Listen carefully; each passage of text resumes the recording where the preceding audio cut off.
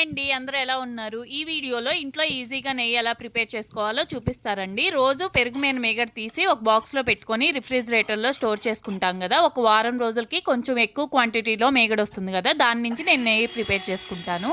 నా దగ్గర ఇలా హ్యాండ్ మిక్సర్ బీటర్ ఉంది. దీంతోనే నేనెప్పుడూ నెయ్యి ప్రిపేర్ చేసుకుంటాను. నా పెళ్లైన కొత్తల్లో అయితే మిక్సీ జార్‌లో నెయ్యి చేసేదాన్ని. కానీ నాకు మిక్సీ జార్‌లో వెన్న సరిగ్గా వచ్చేది కాదు. అప్పటి నుంచి ఇలా హ్యాండ్ బ్లెండరే యూజ్ చేస్తాను. ఫస్ట్ మీగడని మనం బాగా బ్లెండ్ చేసుకోవాలి.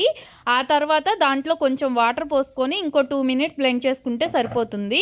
వెన్నంతా సెపరేట్ అయ్యి ముద్దలాగా పైకొచ్చేస్తుంది. మజ్జిగంతా కిందుండిపోతుంది. ఇప్పుడు ఈ వెన్నని ఒక 2, 3 టైమ్స్ క్లీన్ చేసుకుంటాను తొలకలేమి ఉండకుండా.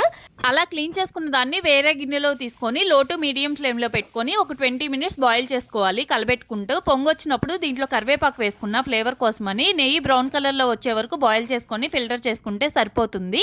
అలాగే నా వీడియోస్ నచ్చితే నా ఛానల్ సబ్స్క్రైబ్ చేయండి.